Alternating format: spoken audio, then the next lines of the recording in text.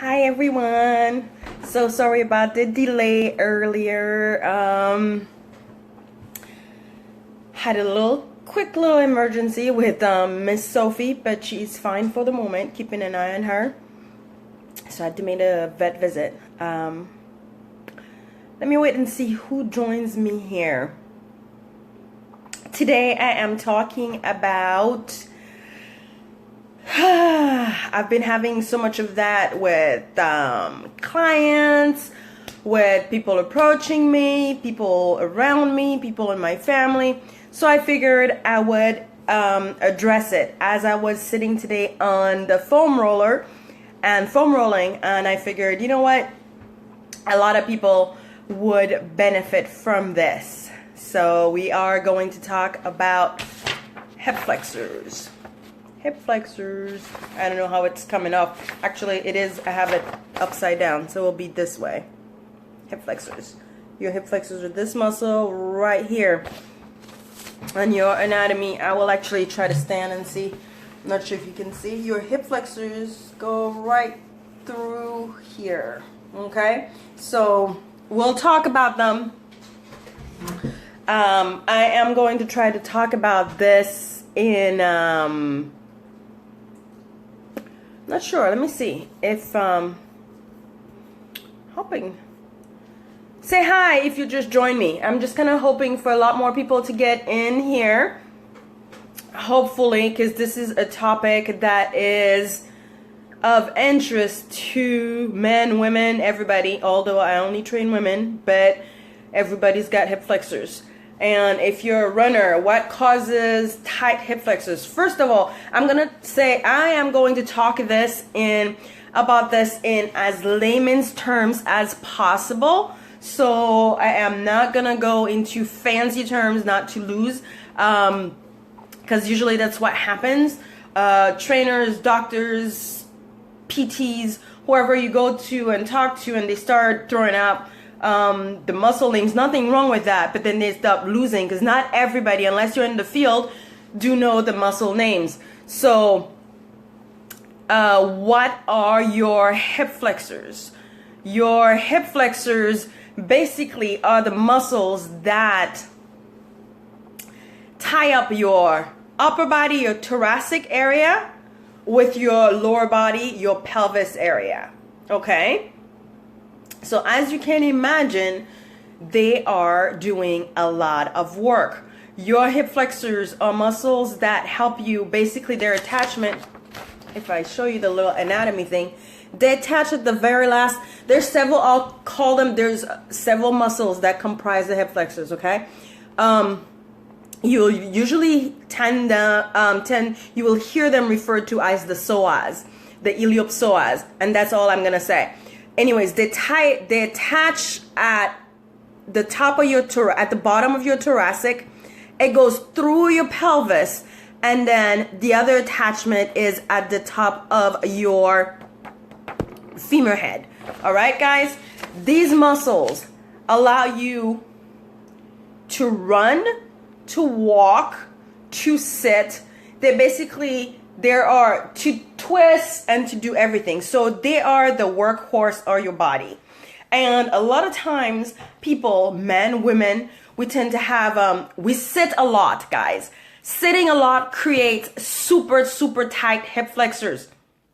By sitting, your hip flexors, so let me go ahead and show you. So your hip flexors goes through your body, as I showed in this little diagram right here, attaches the bottom of your thoracic, goes through your pelvis, and at the top of your thigh, right there. So when you're constantly sitting, or if you're lifting your leg, guess what? That muscle right here is crunched, right? So it's crunched. So imagine you're doing a lot, you're constantly sitting. So it's always crunched and tight. Always crunched and tight and not working at all. If you are in real life, everyday life, we're doing everything is just in forward motion. So we're walking forward. It's not like we walk sideways. We walk forward, we run forward, we sit. So that muscle is always tight. By running, guess what? You're constantly lifting your knee up and your leg up. So that tightens that muscle even more. So what happens when that muscle is always tight? You tend to have, that means your back extensors, the muscles that go through your back, that means, let me show you right here. This part of your hip flexor that goes through your pelvis and on top of your leg, that gets shortened and tightened. And this part right here that goes through the back is usually super long because guess what? You're curved and you're sitting, right? And then when you end up standing, then guess what, guys? If this is super tight, it brings the whole pelvis forward. So you end up having an interior tilt and your tailbone is sticking out, and then you end up having a curvature in your back.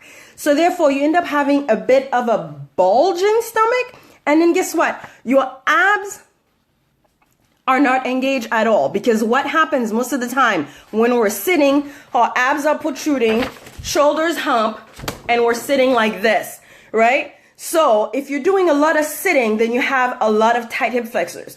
Then people say, oh, well, I'm active and blah, blah, blah. Even if you're active, most of the time, everything you're doing, as I was saying, is in forward motion. And how many times do you actually take the time to stretch?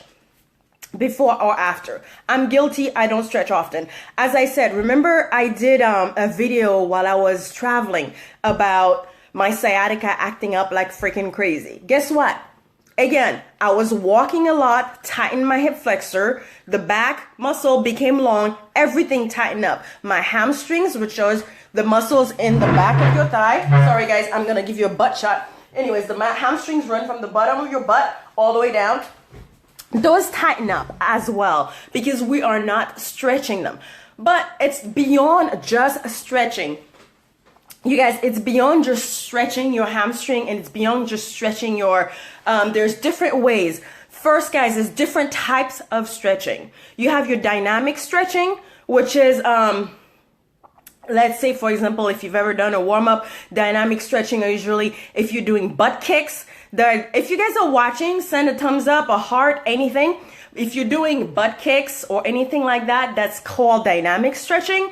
And then you have other stretching, you guys. You also have, you could also do, everybody think about stretching, just about static stretching. Static stretching is good. However, that is not the answer.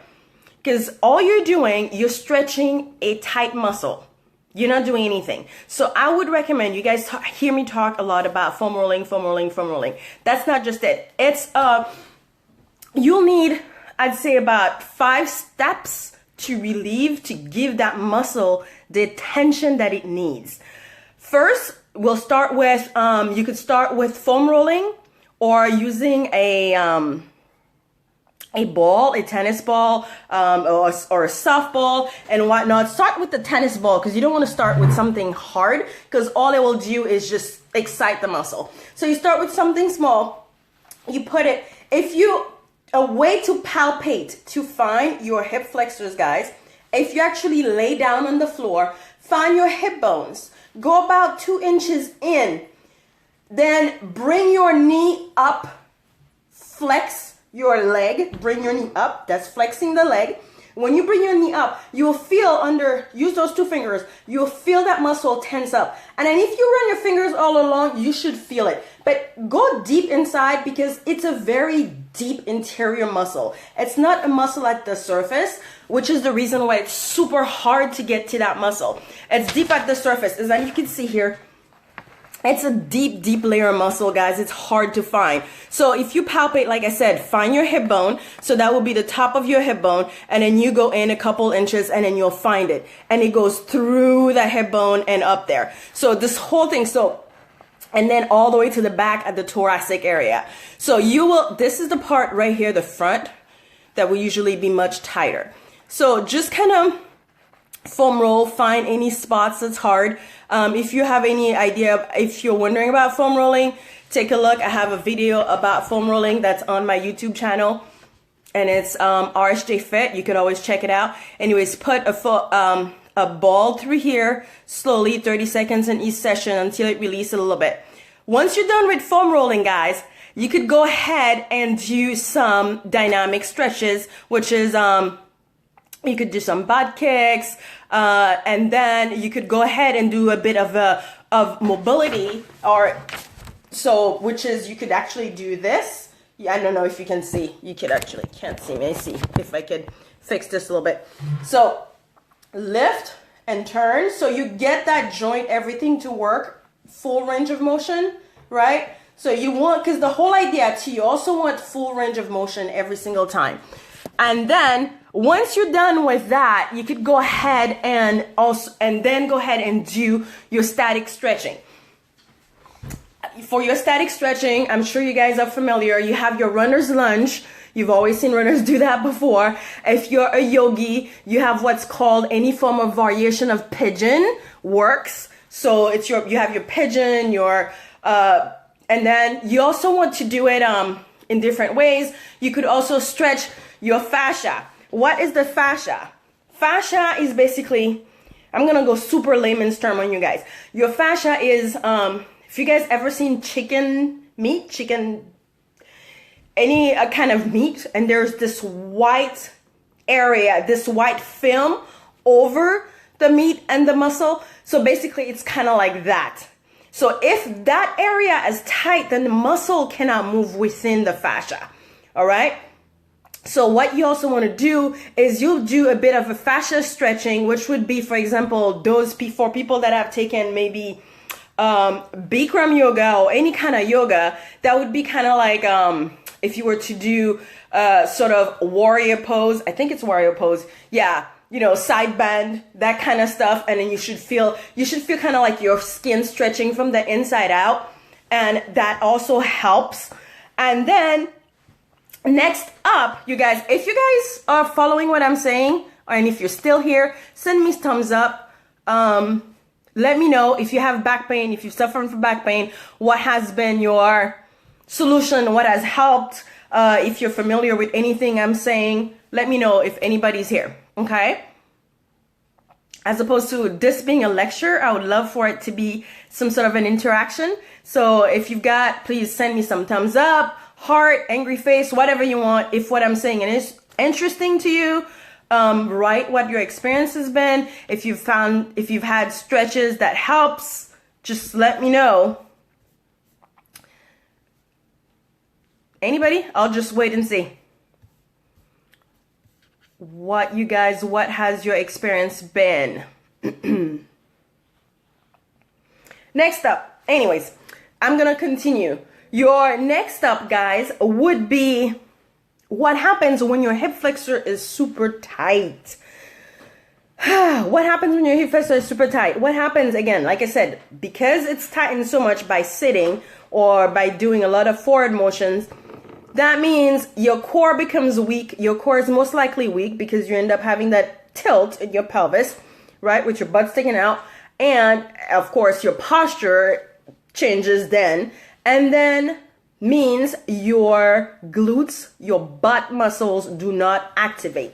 So next up would be to activate your butt muscles. So that would be definitely, you should put that in your warm up, or if you're already suffering and it's beyond tight and it's already painful, then you definitely need to be doing this, because that means you've been sitting a lot.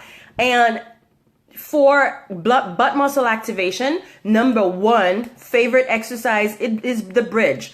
So just by doing a bridge, guys, I'm not talking a yoga bridge. I am talking a controlled, I prefer a Pilates bridge than a yoga bridge, but any one of them work. What you really want to do is keep your feet about hip width apart, under your knees. Some people are able to touch their heels, but not necessary, as long as you keep your ankles and your knees in line, so which is good. So, and then from there, you press on your heels. I do tell people, I prefer when my clients actually keep their toes up, So I'm sure, so that way they really engage the back muscles and the butt muscles, the muscles of the posterior chain, which is the muscles that are all in the back of your body. And then you press on your heels and lift your bum, making sure that you really squeeze your glutes, and then you come down. You could do that repetition about 15 times, 3 sets ideally, with about 30 seconds rest in between the sets, and you do that.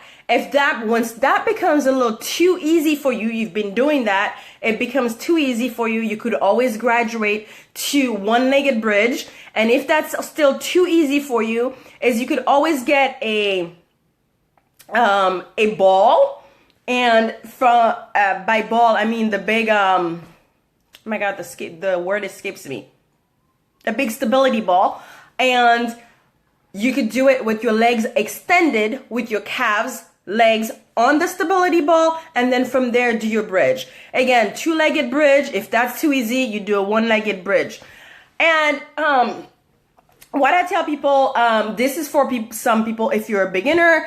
If this is too easy and you're definitely a more advanced person and you can handle it, definitely go ahead and do a hamstring curl while you're in there. So it also engages your hamstrings when you're on the stability ball.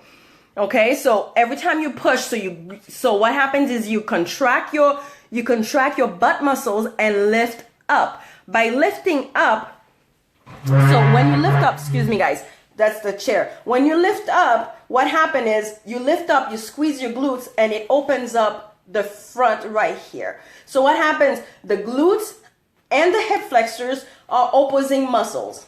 So your hip flexors help to flex, hence hip flexors. Your glutes are helping to extend, they're extensors.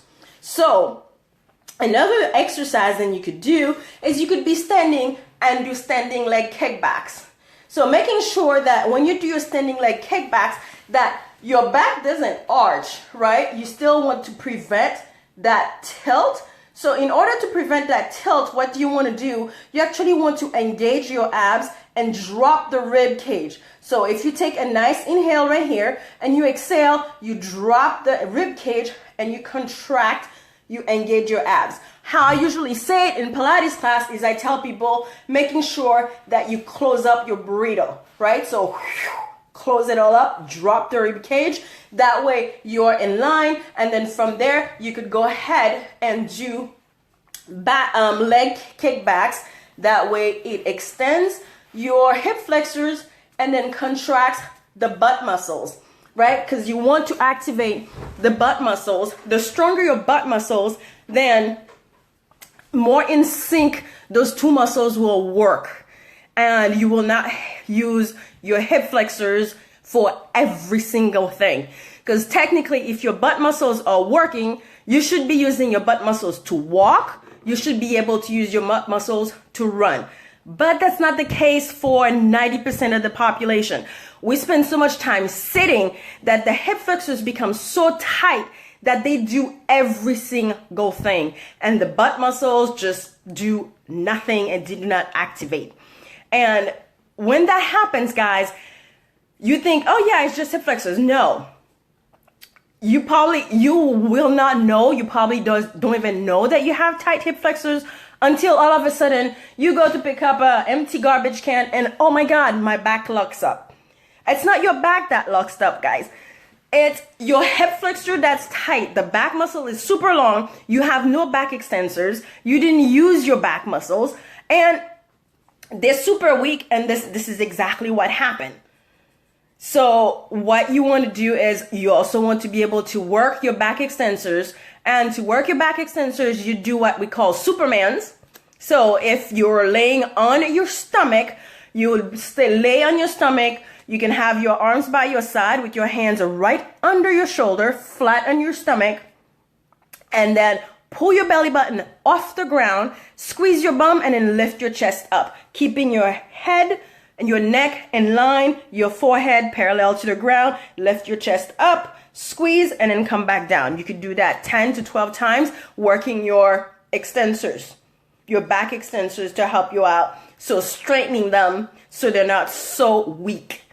So as a recap, guys, foam rolling the hip flexors, stretching, you have dynamic stretching, you have static stretching, you have fascia stretching, then you could also do mobility exercises, and then you have activating the opposing muscles, which is usually your butt, your hamstrings, activating them. Then we could go even a bit further, is work the muscles that are right there, straightening the hip in general. So work those muscles. And those can be done either standing or laying down, whichever. And standing, you could just do actually standing leg raises, right?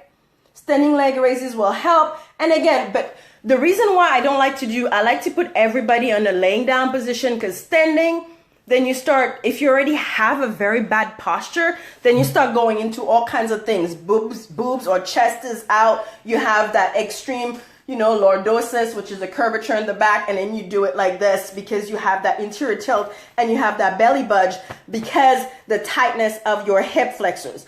But if you keep your hip flexors nice and tight, drop the chest and everything else, and you can lift and do your side leg raises.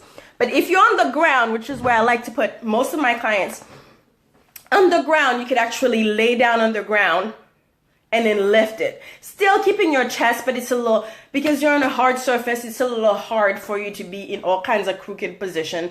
And then you can still keep, as long as you make sure that you keep your ear aligned over your shoulder over your hip, and then have all your joints aligned, then it's all good, and you just lift. And then my all-time favorite, which is for your glute, if you've had any kind of therapy, for your knees, you'll know that the hip joint, the bridge as well, which is your clamshell. And your clamshell can be done with an elastic band, without an elastic band. So for any levels, you can actually do that. And to do your clamshell, you lay down on the floor on your side, you bend your knees and about 90 degrees to your hips, keeping your feet together and then lifting the knees, separating by squeezing the butt cheek every time you lift your knees. Every time you lift your leg, separating the knees, you squeezed just like a clamshell. So you'll be lifting like this, with this being your feet right here, and then this is your knees right there, lifting them and squeezing the butt muscle. So you want to activate your butt muscles to help keeping those hip flexors nice and long and keeping them from tightening up. And sitting is the absolute enemy. Sitting daily is the absolute enemy, because how many of us pay attention? We're always sitting like this. Pay attention to sitting, right? As opposed to sitting up tight. Try not to have a curve in your back, keeping your abs tight, and not, because a lot of times people say, oh, I work out, and I have a belly bulge and blah, blah, blah. And a lot of times you don't necessarily, you think, oh, I eat properly and I'm doing a tons of abs, but I still have a belly budge. A lot of times it's not. A lot of times you just have poor posture. And a lot of times it comes from sitting and not paying attention to how you're sitting. And if you sit right and you do your exercises, your weightlifting and everything else in a proper posture in which you actually engage your glutes and you engage your abs, then guess what? You'll actually work your muscles properly and you will not have that belly bulge. So your hip flexors are responsible for quite a lot, because like I said, they're the one that tie up your upper body with your lower body. So of course, if you're tying up your upper body with your lower body, they're doing a shit ton of work. And they're going through your whole skeleton. They're going through that pelvis and tying up to the leg. So just pay attention to those little muscles. It's not just stretching. You have got to foam roll, and you have got to, what I can't insist enough is do your activations. A lot of times people wait until it's way too late to do them. You can tear, you can have any kinds of other injuries, then it becomes a pain, right? No pun intended. So try to do that before it is too late. I know it is cumbersome. I'm number one culprit. Doing therapy work sucks, but it's important. And if you take a little time, 5 minutes, 10 minutes, make it part of your warm up to do it before your workout, that's great. If you're a runner, you definitely need to do that before your workout. You know, just foam roll, make that part of do your stretch. Don't only do static stretch. Do a little dynamic stretch, a little butt kick, a little mobility work, move that leg around the joint. And then once you're done, do some bridges, one leg bridge or side leg kick or donkey kick. You could always be on all fours. You can be standing, do your kicks, do everything else, and then go ahead and go on your run. When you're done, do the same thing. So, yeah, hopefully you guys found this helpful.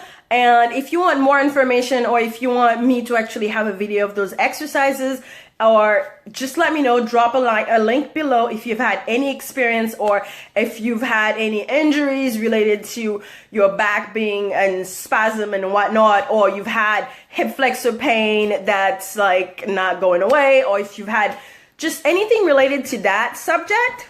Write them down below for me. If you have any questions, feel free to write them down below. And if you want more live videos like this, just let me know. I'll talk to you guys soon. Mwah. Bye.